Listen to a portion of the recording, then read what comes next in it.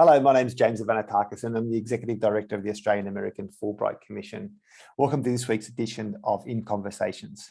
So over the last few weeks, the big talking point for Australian foreign policy has been the new AUKUS partnership with the US and the UK, and also our cancellation of our contracts for submarines with France. Now, we've read a lot in the media, seen a lot of commentators talking about that, but one part of the conversation we really haven't heard much of is the French perspective.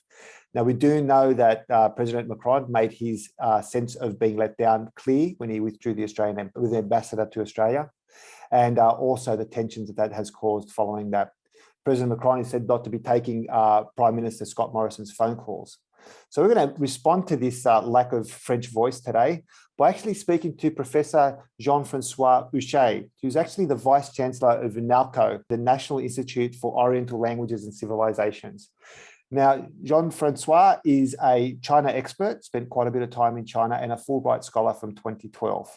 So Jean-François, thank you for joining us. Maybe we can begin by you telling us a little bit about your research. Yes, first of all, thank you very much for inviting me to share a few ideas and comments on this very important event that occurred a few weeks ago.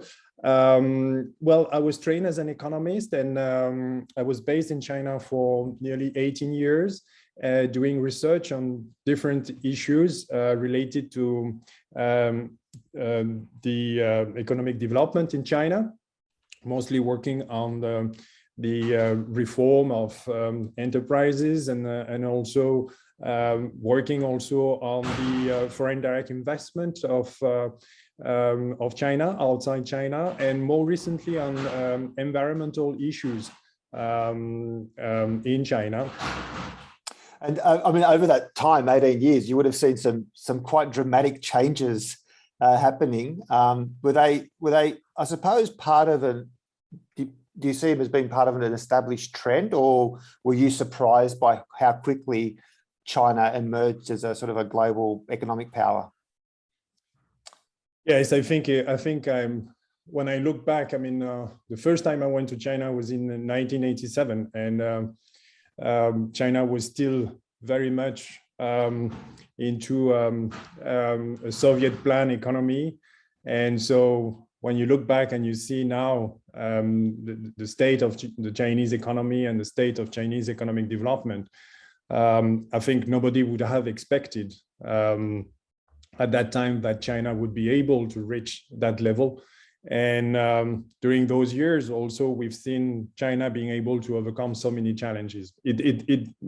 Obviously, China is also facing a lot of difficulties, as we know, in the financial system, in environment issues, and also with public opinion around the world. But on the whole, I think the development of China has been so spectacular that, again, nobody would have expected at that time to see China. At least myself, I didn't expect to see China where it is now.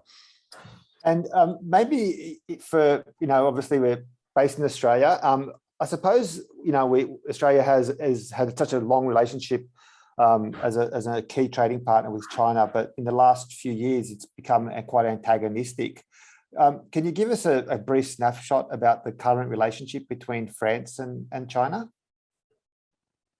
Well, the relationship is also quite long because, as you know, France decided to recognize diplomatically China in 1964. It was among the first European country after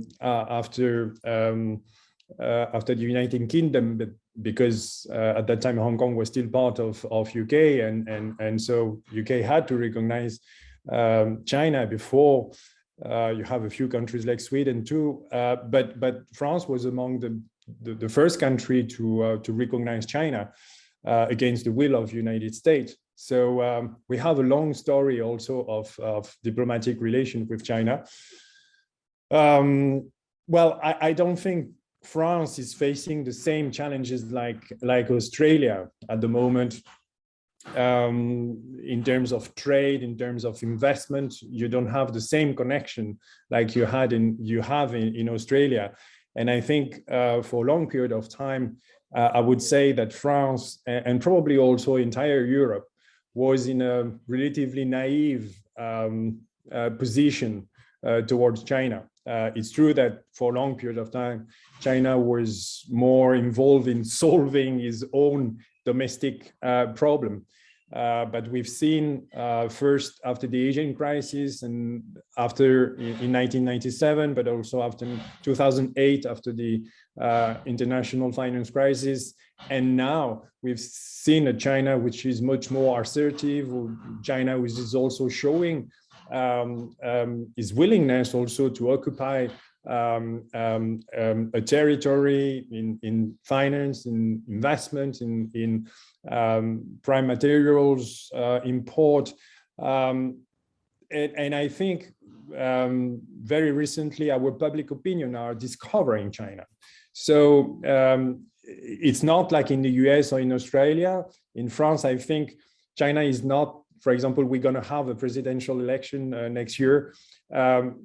China is not like in Australia discussed every day in the election debate, but I would say that I'm not sure that within 1 or 2 years it will not be the case, because we see years after years China becoming much more important in our discussion in the media, and also for the politician. But of course, I think in France, and I think your question will come to that after, we don't really realize how close that China has been in Australia and in Australian political affairs. I think it's very difficult to imagine for French people and for French politicians what has been occurring between Australia and China in the past 10 years.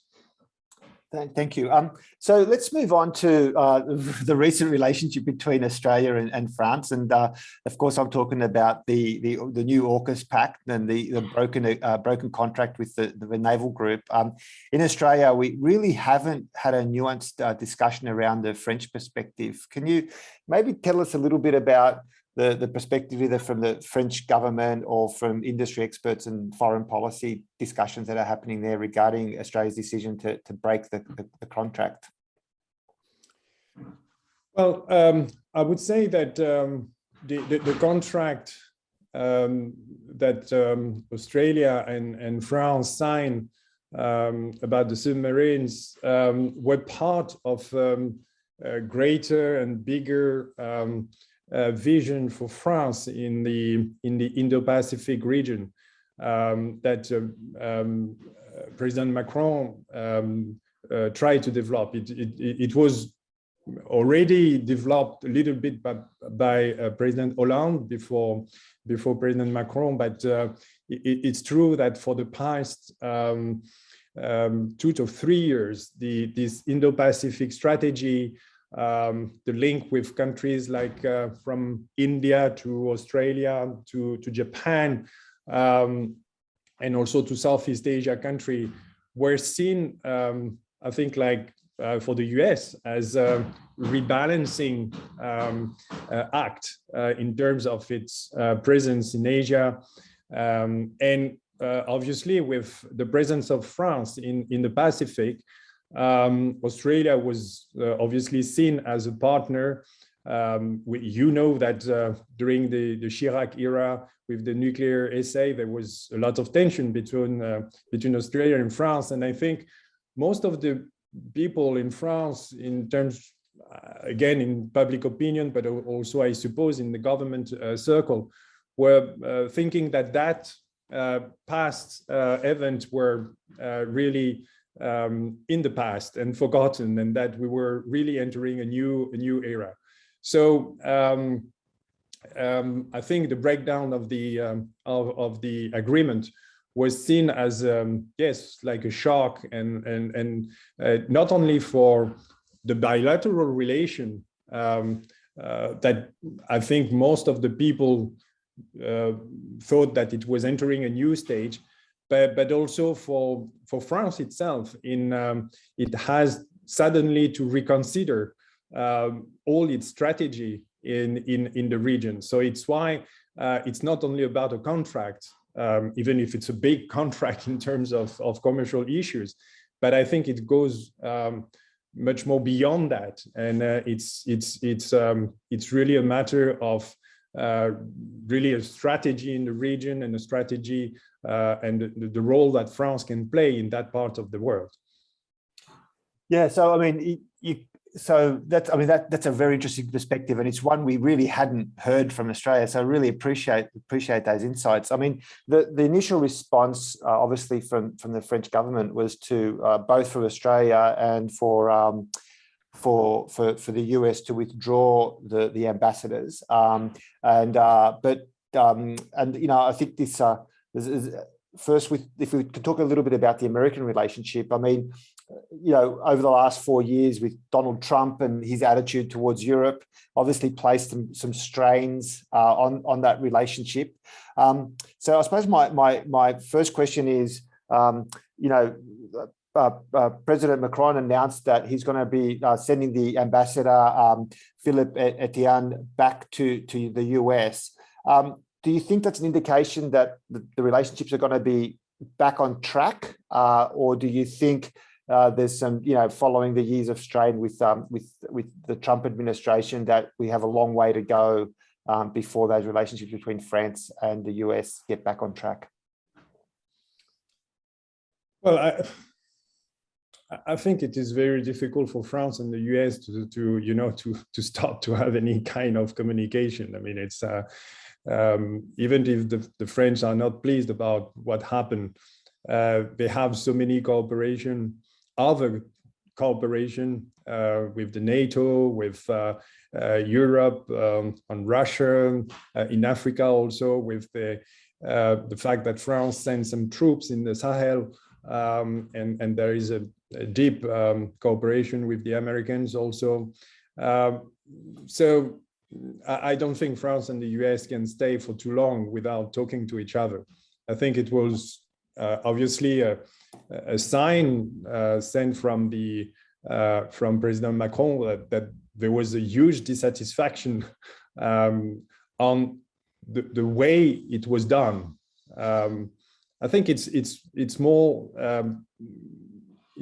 on that matter that I think the French government did not understand, that it has not been informed until the last moment, that it was not involved also maybe in an evolution of the position of Australia. I think probably the French government would have understood that the necessity had changed along the years for Australia. But it was more the fact that until the last minute, I think they have been placed in outside that deal, and as allies, they were not really informed. So, but said that, as I was saying before, there's so much to discuss between US and France that they are needed. They are needing to open the telephone line, to the communication. I mean, the State Secretary has been coming to Paris and met the president, and also the foreign affairs minister. So nevertheless, I think that the French will now expect to have some signal from the US in terms of cooperation, and that they will not be put aside anymore in some important deals, and including in the Indo-Pacific strategy. So I think there are still some signs from the US to really reopen completely the communication and the cooperation. But we've been seeing other problems in the long relationship that we've been having with the US also. I mean, it's we are friends, but obviously you probably remember also in the decision to send some troops in Iraq. I mean, there was also some big tension between US and France, and I think both countries nearly were able to overcome those problems. So I suppose it will be the same in the coming month. So I'd like to get to the sort of the French positioning going forward in the Indo-Pacific. But before we do, just maybe talk a little bit about the Australian relationship with France. I mean, the information that we've had in Australia is that President Macron is not taking the calls from our Prime Minister Scott Morrison. And we've also been told that that the French ambassador Jean-Pierre Thibault will return to Australia under the idea that he's going to be there to redefine the relationship going into the future. I mean, given the given the French interest in the Pacific, and given the the way that France was trying to reposition itself, I mean, what do you think this means? Like, I mean, what do you think the relationship with Australia will look like? I mean, similarly, we have to talk to each other because we have similar interests. But how different do you think it would be? Well, it will leave probably some obviously some wounds. I mean, in the relationship. But again, I don't think Australia and France can stay too long without talking to each other. I mean, there is too much happening in the region, and either because of some Australia interest or French interest in the Pacific, I think the two countries have to cooperate anyway. So I'm not really surprised that Jean-Pierre Thibault is been sent back to Australia, because it wouldn't be really constructive from the French perspective to maintain that situation. Well, as you know, we're going to have some election in New Caledonia very soon. There will be the third referendum. Nobody knows exactly whether there will be a yes for independence or no, but I'm just taking that example just to illustrate the importance of the relationship between Australia and France, because if there is a yes for independence, that would be a new front for Australia to manage without the help of France, because that would mean that France will not be anymore in New Caledonia, for example. So, this type of things show that there is a necessity for Australia and France really to open the communication link. Doesn't mean that it will return like it was before the decision to break the contract. Obviously, no. I mean, again, like for the US and maybe even more, I think France would expect to have some signal from the Australian government to really start again to have a trust and cooperation in certain issues. But the interests of the two countries are too big in the region to close down completely the communication. It would be, I don't think, it wouldn't be very constructive for both countries. You mentioned before that China doesn't play the same sort of, I suppose, high-profile role in France as it does, in the Australian consciousness, and as we saw in the US elections last year. Often lots of discussions around China. I mean, is there a section of I suppose either the Élysée or public thinking that closer relationships with China would be beneficial, like more cooperation with China? Or do you think that sort of historic connection with the US and partners like Australia will continue to trump in the general, or continue to sort of dominate in the general thinking towards foreign policy? I think we are going through a very interesting period at the moment, because until, I would say, 3 to 4 years ago, I think most of the French politicians would say that it was important to maintain good relations with China. Obviously, we were sometimes puzzled or sometimes not happy when there was certain reaction from the Chinese government. For example, in my university, we were the only university to invite the Dalai Lama to come and give a talk. And well, I won't explain you the kind of pressure that we received from the Chinese embassy, but accept certain things like that. I think for most of the politicians, it was important to maintain this line that the General de Gaulle opened in 1964, which means we are not the US, and we have to recognize the importance of China in the geostrategic and geopolitical scene. But at the moment, there is, I think this position is evolving, and I think the politicians are slowly waking up to see the reality of China.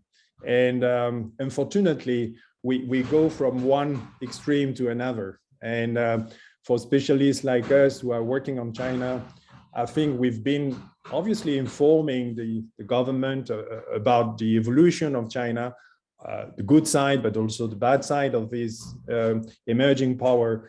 But we have the impression now that with the fact that the public opinion is getting interested on China and also taking only the I would say the black side of the regime, that it's very, very difficult now to maintain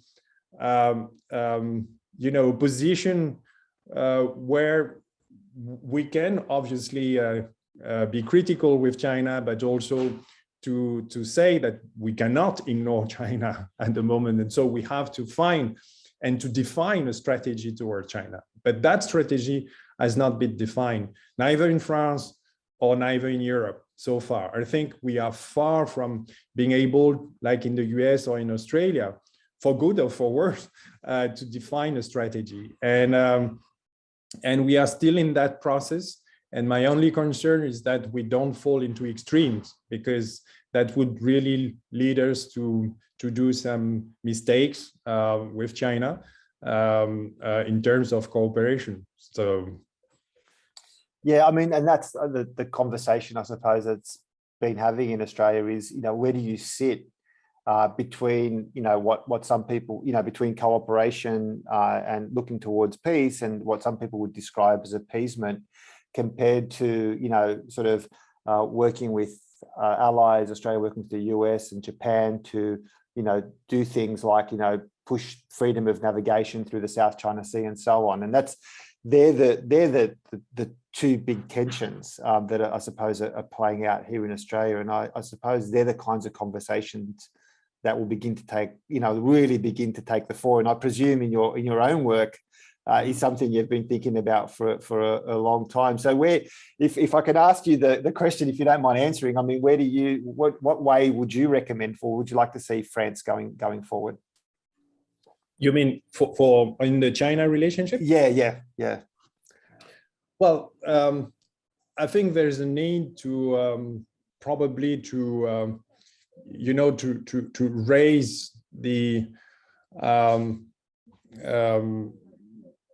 level of the bargaining process with China, and I understand the Chinese position in seeing some government, changing all the time their position on certain issues. I think that it is very important in the Chinese perspective.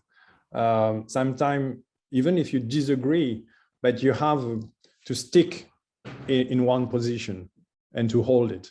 And I think, for example, Germany has been much more able to do something like that.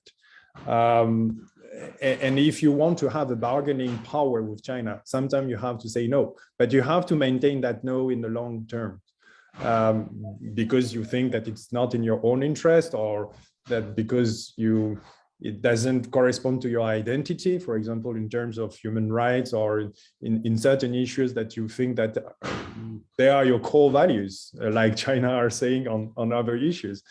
And obviously, if you don't stick to those core issues, well, China is as you know, is a country which understand force sometimes, which understand it's very hard in bargaining, and